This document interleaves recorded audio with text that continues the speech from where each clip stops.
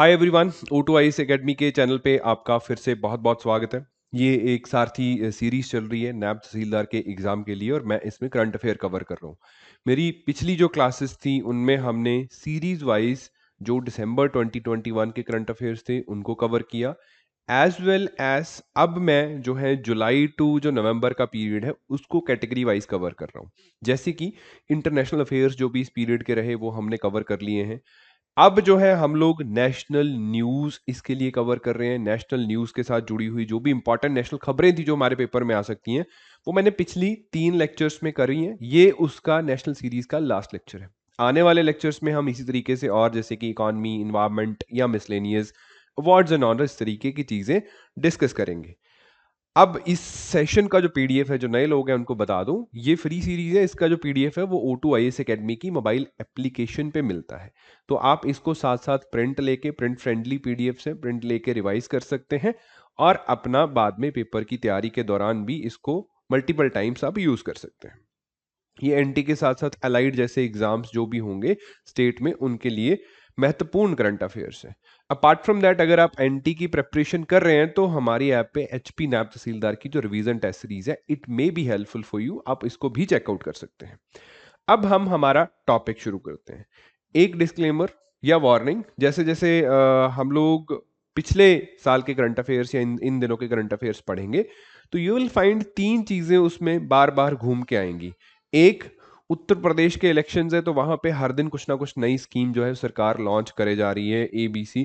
हर दिन हर current affair lecture में हम लोग 5 से 10 ऐसी चीजें देखते हैं जो यूपी, पंजाब, मणिपुर, उत्तराखंड से जुड़ी होती हैं। इलेक्शन से पहले की जो घोषणाएं हैं उनको लेके बहुत सारे करंट अफेयर्स बनते हैं।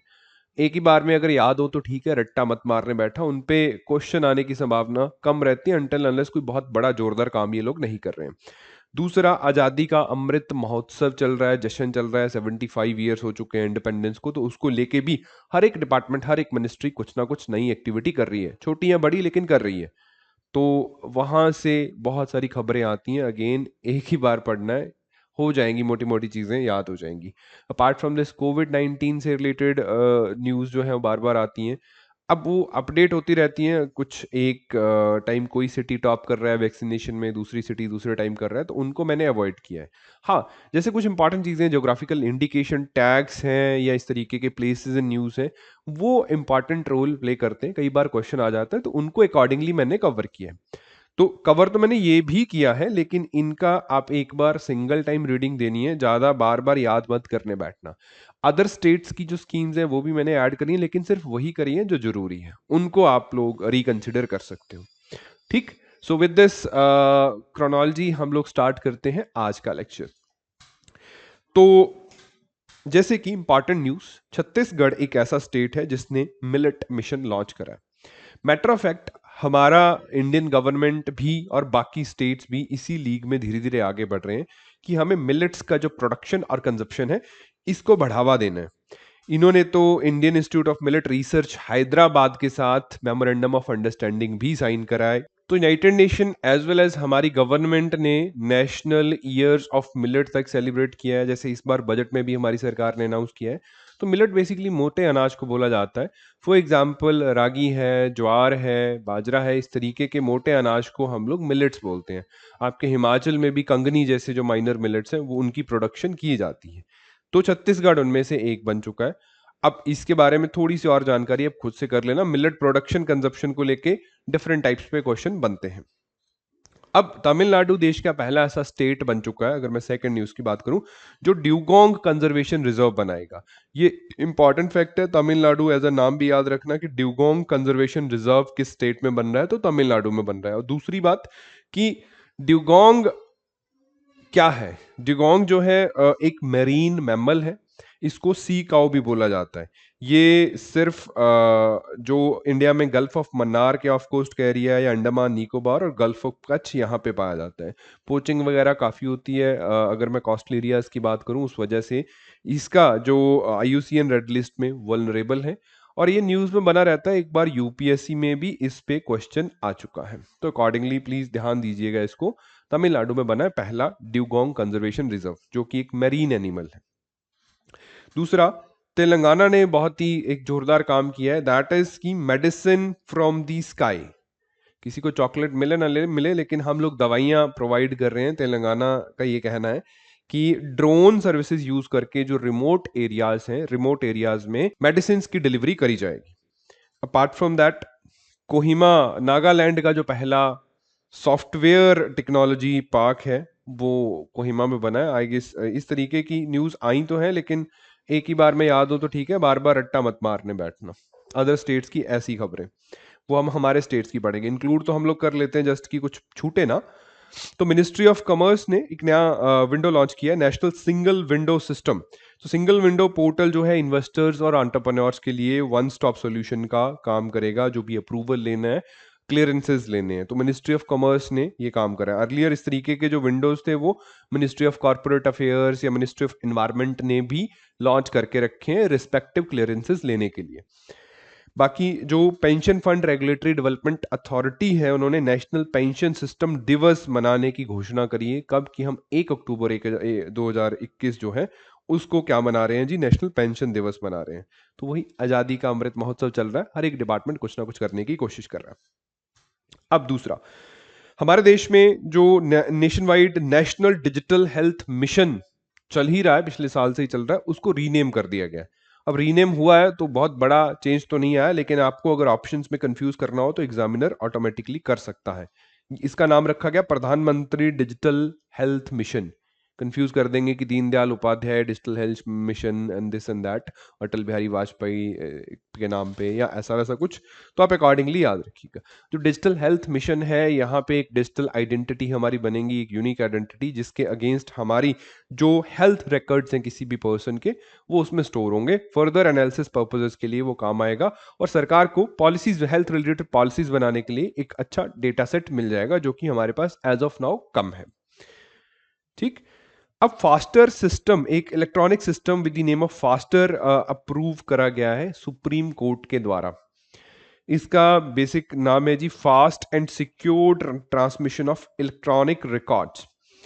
तो जो भी ई ऑथेंटिकेटेड कॉपीज हैं, कोर्ट के ऑर्डर्स और प्रिजन के बीच काफ़ी कम्युनिकेशन होता है। किसी पर्सन को रिलीज करना है, किसी का ओवरऑल रिग्रेस पनिशमेंट को रिड्यूस करना है, सेंटेंस को बढ़ाना है, कम करना है।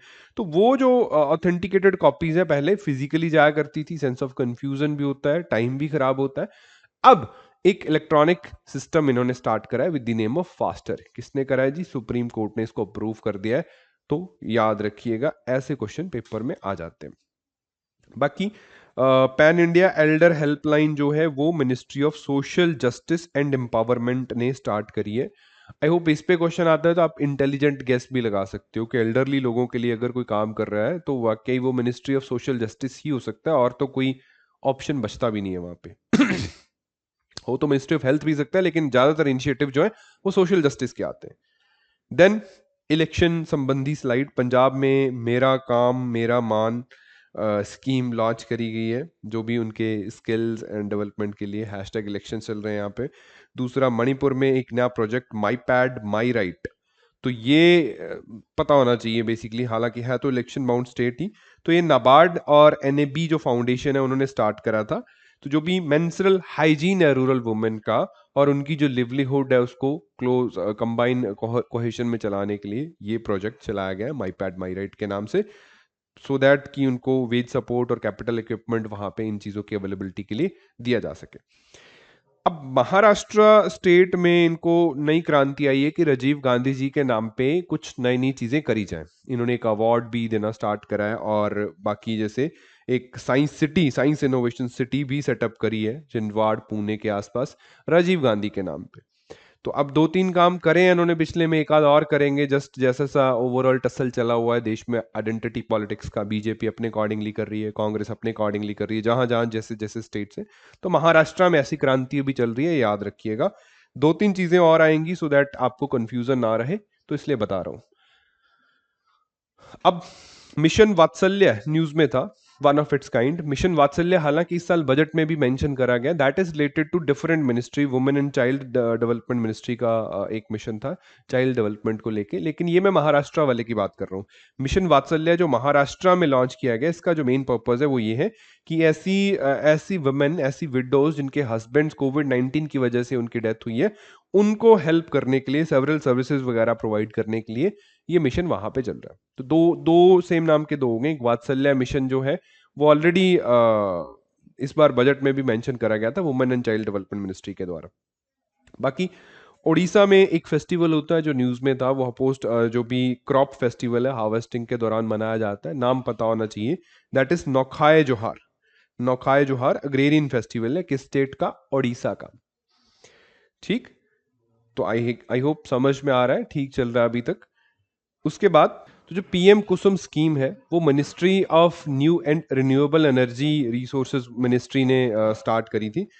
इस स्कीम के अंतर्गत किसानों को सोलर पावर्ड जो पंप्स हैं वो दिए जाते हैं, उनके जो डीजल पंप्स हैं ग्राउंड वाटर एक्सट्रैक्ट करने के लिए, उनको रिप्लेस किया जाता है। इस दौरान हरियाणा जो स्टेट है वो उसने नंबर ऑफ इंस्टॉलेशन में टॉप किया है। ये एक इंपॉर्टेंट है, पीएम कुसुम के बारे में भी पढ़ लीजिएगा। ठीक है जी। इसके अलावा जोग्राफिकल इंडिकेशन टैग्स हैं, जैसे like Hathei chilli, Tamenglong mandarin, orange, ये दो जियोग्राफिकल इंडिकेशन टैग हैं इस टाइम स्पैन में मणिपुर को दिए गए। तो जीआई टैग के बारे में मैंने पिछली क्लास में ही बेसिक बातें बता दी थी कि डब्ल्यूटीओ का जो ट्रिप्स एग्रीमेंट है वो इसके साथ एसोसिएटेड होता है। एंड बाकी की जो चीज़ें हैं जैसे लाइक इंडिया की जीआई रजिस्ट्री है, कैसे मिनिस्ट्री ऑफ कॉमर्स के अंडर काम करती है, तो वो पिछले लेक्चर में आप कंसिडर करना। देन सिक्किम ऐसा स्टेट बन चुका है जिसने अपनी एक स्टेट की फिश डिक्लेयर कर दिया है। कल्चर चला हुआ है, कई स्टेट अपनी state butterflies as a symbol, state symbols के रूप में दे रहे हैं। तो सिक्किम ने कॉपर महसीर, जिसको लोकली वो कटले कहते हैं, उस फिश को स्टेट फिश का दर्जा दिया है सिंबल्स में। दुनिया का सबसे हाईएस्ट व्हीकल चार्जिंग स्टेशन कहाँ स्टैब्लिश करा गया? That is well known, Lahaul and Spiti district of Himachal Pradesh में काजा विलेज में इसको इनॉग्रेट करा गया। तो ये आपके लिए लोकल करंट अफेयर भी बन जाता है। Again GI tag, sweet cucumber को ज्योग्राफिकल इंडिकेशन टैग दिया गया। स्वीट कुकुम्बर को टैग किस स्टेट को मिलता है जी? नागालैंड को मिलता है। ऐसी और भी खबरें आएंगी। जो प्रसाद स्कीम है, मिनिस्ट्री ऑफ टूरिज्म की एक स्कीम है जिसका नाम है प्रसाद। प्रसाद की फुल फॉर्म है pilgrimage rejuvenation and spiritual heritage augmentation drive. इससे तो प्रसाद ही अच्छा है। तो प्रसाद स्कीम के अंडर गवर्नमेंट ऑफ इंडिया ने लोहित रिवर, जो कि अरुणाचल प्रदेश की एक प्रोमिनेंट नदी है, उसके किनारे परशुराम कुंड की डेवलपमेंट स्टार्ट करी है। और प्रसाद स्कीम का बेसिक पर्पज ये है कि हम लोग पिलग्रिम साइट्स के क्रॉस जो है वेरियस चीजें डेवलप करें, सो दैट वहां पे मैक्सिमम नंबर ऑफ टूरिस्ट आ सके इन दी फॉर्म ऑफ पिलग्रिम्स, तो उनको कोई दिक्कत भी ना हो, इकोनॉमिक जो प्रोस्पेरिटी उस एरिया की आनी चाहिए उनकी वजह से। ठीक, तो मिनिस्ट्री ऑफ अगला है ministry of road transport highways ने नया रजिस्ट्रेशन मार्क नए व्हीकल्स के लिए दिया है। एक वॉलंटरी सर्विस दी है इन्होंने, BH सीरीज जो है वो स्टार्ट करी है। अब को आने वाले दिनों में हालांकि दिखना भी शुरू हो गया, कुछ गाड़ियों पे इस तरीके की नंबर प्लेट्स लगी हुई दिखेंगी। ये उन लोगों के लिए वॉलंटरी स्कीम है, जैसे सेंट्रल गवर्नमेंट के एम्प्लॉयज हैं जो कहीं भी बहुत लंबा समय तक टिक के नौकरी नहीं कर सकते, इनको मूव होना पड़ता है। तो हमारा जो प्रेजेंट गवर्नेंस सिस्टम है, हमारे पास 1988 का मोटर व्हीकल एक्ट है, शायद आपको ना पता हो, लेकिन आप किसी भी दूसरे स्टेट का व्हीकल, किसी अदर स्टेट का व्हीकल अपने स्टेट में नहीं रख सकते हैं 1 साल से ज्यादा बिना रजिस्ट्रेशन नंबर चेंज किए। हालांकि बहुत सारे लोग रखते हैं, इसकी इंप्लीमेंटेशन कुछ उस तरीके से है, नोबडी कैन प्रूव कि आपके पास 12 महीने से ये गाड़ी चल रही है यहाँ, अनटिल अनलेस कोई बहुत डिजिटल मॉनिटरिंग नहीं चलती, बट लीगली ऐसा है। तो उस चीज को ओवरकम करने के लिए कि ऐसे एम्प्लॉयज, ऐसे लोग जिनको फ्रीक्वेंटली स्टेट चेंज करना पड़ता है, सरकारी एम्प्लॉयज हैं, उनके लिए BH सीरीज दी है। सरकार का प्लान है कि धीरे धीरे यूनिफॉर्मिटी लाने के लिए इस सीरीज को हम लोग मल्टीपल बाकी लोगों के लिए भी ओपन कर देंगे, ऐसा मानना है। अभी तो ये वॉलंटरी, इस न्यूज पैन में तो वॉलंटरी सर्विस थी। इस तरीके की नंबर प्लेट्स लगेंगी BH सीरीज की। अब प्रधानमंत्री ने ई voucher based digital payment solution start करा, जिसका नाम ई रूपी रखा गया। ई रूपी इनिशिएटिव इसका हमने नाम रखा। अब ई रूपी का मतलब क्या है? ई रूपी बेसिकली ऐसा कुछ नहीं है कि ये कोई नई चीज़ है तो ये यूपीआई की पेमेंट ही जो यूनिफाइड पेमेंट इंटरफेस है, national payment corporation of India ने बनाया है। अब इसको हम लोग स्पेसिफिक यूज़ कहाँ कर रहे हैं? एज ऑफ नाउ इसको सिर्फ हेल्थ के केस में यूज़ किया जा रहा है। और कैसे कर रहे हैं? जो डायरेक्ट बेनिफिट ट्रांसफर के पैसे आने, फॉर एग्जांपल आपको कोई भी बेनिफिशियरी है उसको 500 रुपया मिलना है कि भाई इस 500 रुपए से तू टीबी की दवाइयां खरीद लियो या इस 500 रुपए से तू वैक्सीन लगवा लियो, ऐसा कुछ। ठीक। अब अर्लियर क्या होता था कि वो पैसा उसके डायरेक्टली उसके खाते में आता था, हो सकता था कि वो इस पैसे को यूज ना करे, वो उससे निकाल के दारू पी जाए, है ना, वैक्सीनेशन के पैसे से। अब उसके मल्टीपल यानी कि गलत जगह यूज ना हो, मिस यूज ऑफ फंड्स ना हो, इसके लिए हमने दे दिया क्यूआर स्कीम। अब उसको ऐसा कोई क्यूआर कोड या एसएमएस आएगा जिसको वो अपने बेनिफिशियरी सेंटर पे जाके या तो स्कैन करेगा या एसएमएस दिखाएगा, और फिर दोबारा से ओटीपी वेरिफिकेशन होगा। उसके बाद वो 500 रुपया सामने वाले सर्विस प्रोवाइडर को ट्रांसफर हो जाएगा। तो उसके पास कैश आया ही नहीं, उसके पास एक क्यूआर कोड आया। ये है तो यूपीआई, लेकिन स्पेसिफिक पर्पस का यूपीआई है। एज ऑफ नाउ इसको हेल्थ रिलेटेड डीबीटी स्कीम्स में सरकार कोशिश कर रही है इंप्लीमेंट करने की। आने वाले टाइम में हर एक डीबीटी स्कीम यहां पे इंप्लीमेंट होगी, ऐसा सरकार का मानना है। तो national payment corporation of India की कैप में एक और फेदर ऐड हो गया है कि इन्होंने एक और इनोवेटिव काम करके दिखाया, along with UPI, Bharat bill pay systems, या जिस तरीके से नेशनल एटीएम स्विचेस चलते हैं, एनपीसीआई भारत की डिजिटल पेमेंट्स को लेके काफी अग्रेसिव काम कर रहा है। कमेंट करके बताइए एनपीसीआई किसके द्वारा फ्लॉट करेगी प्राइवेट कंपनी। दूसरा, biotech pride, promotion of research innovation through data exchange, एक स्कीम है जिसको ministry of science and technology ने चलाया है, बायोटेक प्राइड। अब इसमें क्वेश्चन जो बनता है वो ये बन सकता है कि बायोटेक प्राइड जो है वो किस तरीके की स्कीम है। यहाँ पे कोई बहुत बड़े बड़े एक्सपेरिमेंट्स करे जाएंगे, जीन एडिटिंग होगा, कोविड वैक्सीन बनेगा, ऐसा कुछ? तो ऐसा कुछ नहीं है। इसमें हम लोग हर एक तरीके की जो रिसर्च एंड डेवलपमेंट हो रही है बायोटेक्नोलॉजी या बायोलॉजी को लेके, उसके मल्टीपल स्टेक होल्डर्स का डेटा एक्सचेंज इसके अंतर्गत किया जा सकता है for the holistic results and analysis frameworks. तो वो काम आपको पता होना चाहिए। दूसरा, national edible oil mission, oil palm, उसको अभी अभी लॉन्च कर दिया गया है भारत को कुकिंग ऑयल्स में आत्मनिर्भर बनाने के लिए। अब कुकिंग ऑयल में भी स्पेसिफिकली पाम ऑयल को फोकस करा जा रहा है। हालांकि हेल्थ के लिए अच्छा नहीं है, but still economically it is very cheap. इसकी शेल्फ लाइफ काफी ज्यादा है, इसको मल्टीपल क्विजीन्स में यूज किया जा सकता है बिकॉज इसका टेस्ट जो है वो हर एक डिश के साथ सूट करता है, या it is a basically tasteless thing. तो अब मल्टीपल जगह पे नेशनल मिशन जो एडिबल ऑयल, ऑयल पाम है, हर एरिया जैसे like Andaman Nicobar, north eastern region, special focus वहां पे दिया जा रहा है। और भारत की जो इंपोर्ट डिपेंडेंस है कुकिंग ऑयल्स में, उसको कम करने के लिए मिशन लॉन्च किया गया। ठीक। अपार्ट फ्रॉम दैट, जो प्रधानमंत्री मोदी है उन्होंने एजुकेशनल इनिशिएटिव स्टार्ट करा, academic bank of credits. Basically it is a multiple entries multiple exit. For example आप एक डिग्री कर रहे हैं और एक साल के बाद एग्जिट करते हैं। प्रेजेंट एजुकेशनल सिस्टम में आपको कुछ भी नहीं मिलता, लेकिन मल्टीपल एग्जिट सिस्टम्स में आपको एक छोटा मोटा डिप्लोमा हाथ में देके भेजेंगे और आप मल्टीपल जगह से एंट्री और एग्जिट ले सकते हैं। एक माइनर डिप्लोमा, मेजर डिप्लोमा, अगर पूरे 3-4 साल लगा दिए तो डिग्री, इस तरीके से। तो वो academic bank of credit scheme है। बाकी घोषणाओं में हम काफी आगे हैं, ओवर एम्बिशियस टारगेट्स लेने में हम काफी आगे हैं। तो प्रधानमंत्री जी ने एक और टारगेट लिया है कि एनर्जी इंडिपेंडेंट बना देंगे देश को, कब? 2047 तक। अभी तो अमृत काल चल रहा है ना, अमृत काल लगभग खत्म होगा, 2047 के आसपास खत्म होने वाला है, तब हम लोग बना देंगे क्या? देश को सेल्फ रिलायंट हो जाएगा एनर्जी प्रोडक्शन में। तो हमें पेट्रोलियम को रिप्लेस करना होगा अदर फॉर्म ऑफ एनर्जी की तरफ। तो वट एवर जो भी होगा वो देख लेंगे। इसके बाद एग्रीकल्चर मिनिस्टर ने दुनिया का सेकंड लार्जेस्ट जीन बैंक जो है, जहां पे हम लोग सीड जर्म प्लाज्म को स्टोर करके रख सकते हैं, हर एक तरीके के बायोडाइवर्सिटी के सीड्स को स्टोर करके रख सकते हैं, उसका इनॉग्रेशन दिल्ली में करा है। दिल्ली में भी ये national bureau of plant genetic resources पे सिचुएटेड है और न्यू दिल्ली में इसका वो हेडक्वार्टर है। अब अगर बात करी जाए कि दुनिया का सबसे पहला कहाँ है, वो मैं आपको बताता हूं। इससे पहले हम लोग देख लेते हैं national bureau of plant genetic resources क्या चीज है।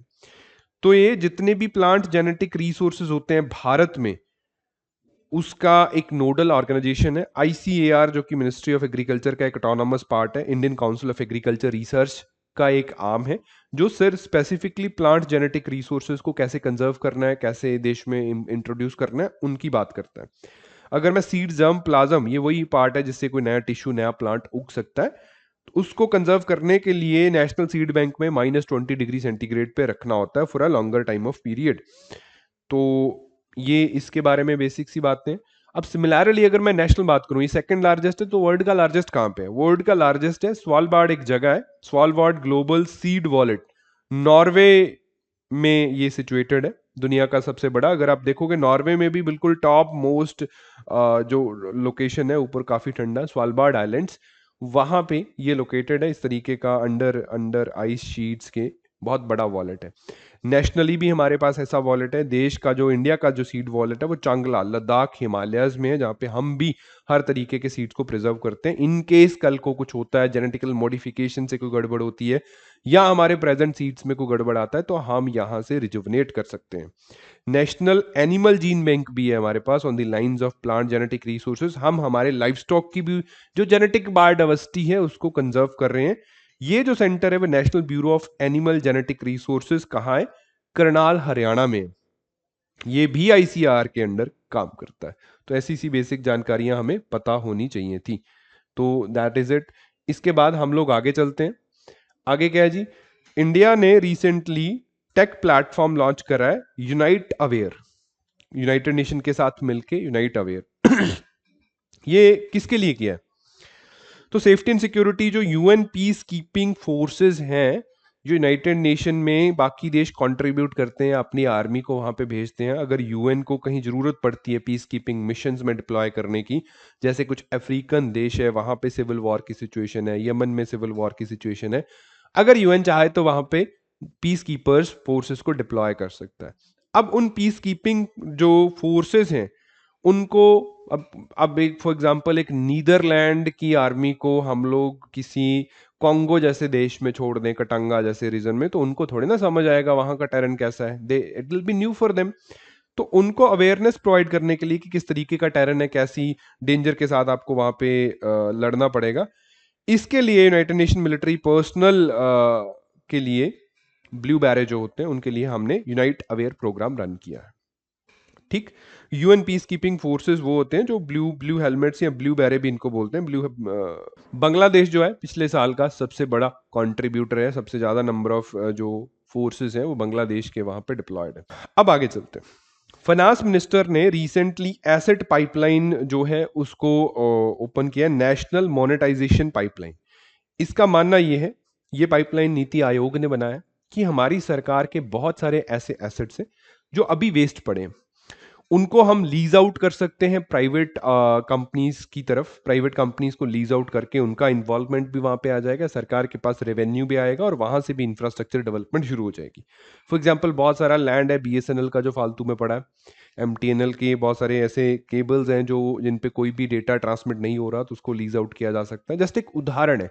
ऐसे बहुत सारी सरकारी एंटरप्राइजेज हैं, B it road, railways, power transmission, जिसको हम लोग बिना कोई ऑनरशिप शेयर किए ऑपरेशनल मॉडल्स के अकॉर्डिंगली प्राइवेट कंपनीज के साथ शेयर कर सकते हैं। सरकार को अर्निंग भी होगी और ओवरऑल एस्पेक्ट्स पे हम लोग डेवलपमेंट लेके आ सकते हैं, जो बाद में नेशनल इन्वेस्टमेंट पाइपलाइन बनता है और अब वो PM गति शक्ति बनता है। उसके लिए पैसा इस तरीके से मोबिलाइज किया जा रहा है। ठीक। अब बात करते हैं आजादी के अमृत महोत्सव की। तो आजादी के अमृत महोत्सव के चलते क्या किया जी? श्री शक्ति इनोवेशन चैलेंज शुरू किया, माई गवर्नमेंट ऐप जो मिनिस्ट्री ऑफ इलेक्ट्रॉनिक्स की है, और UN वुमेन। अब जैसा सा UN वुमेन का काम है कि वुमेन एंटरप्रेन्योर्स को, जो भी वुमेन सेफ्टी है, एम्पावरमेंट है, उसको एनकरेज करने के लिए टेक्नोलॉजिकल सॉल्यूशंस जो है वो लेके आने, वो चैलेंज दिया गया कि आप टेक्नोलॉजी सॉल्यूशंस बनाइए सो दैट आप वुमेन सेफ्टी के लिए काम किया जा सके। सिमिलरली नीति आयोग और वर्ल्ड रिसोर्स इंस्टीट्यूशन ने मिलकर forum for decarbonising transport sector start किया है। ठीक। इसका जो मेन एम है वो यही है कि ग्रीन हाउस गैसेस का जो इमिशन है, एटलीस्ट ट्रांसपोर्ट सेक्टर का जो इमिशन है एशिया में, उसको कम किया जा सके। ये नीति आयोग का काम था। अब US बेस्ड एक एंटिटी है ओहिम इंटरनेशनल, इन्होंने पहला green hydrogen electrolyser manufacturing unit लगाया है। कहाँ लगाया जी? बेंगलुरु कर्नाटक। इंपॉर्टेंट न्यूज़ है। ग्रीन हाइड्रोजन के लिए हिमाचल प्रदेश में भी ऑलरेडी काम हो रहा है। तो वो मतलब क्या होता है कि ऐसा हाइड्रोजन जो नॉन फॉसिल सोर्सेस को यूज करके बने। चार तरीके हैं, चार टाइप्स के हाइड्रोजन है: grey hydrogen, blue hydrogen, turquoise hydrogen, green hydrogen.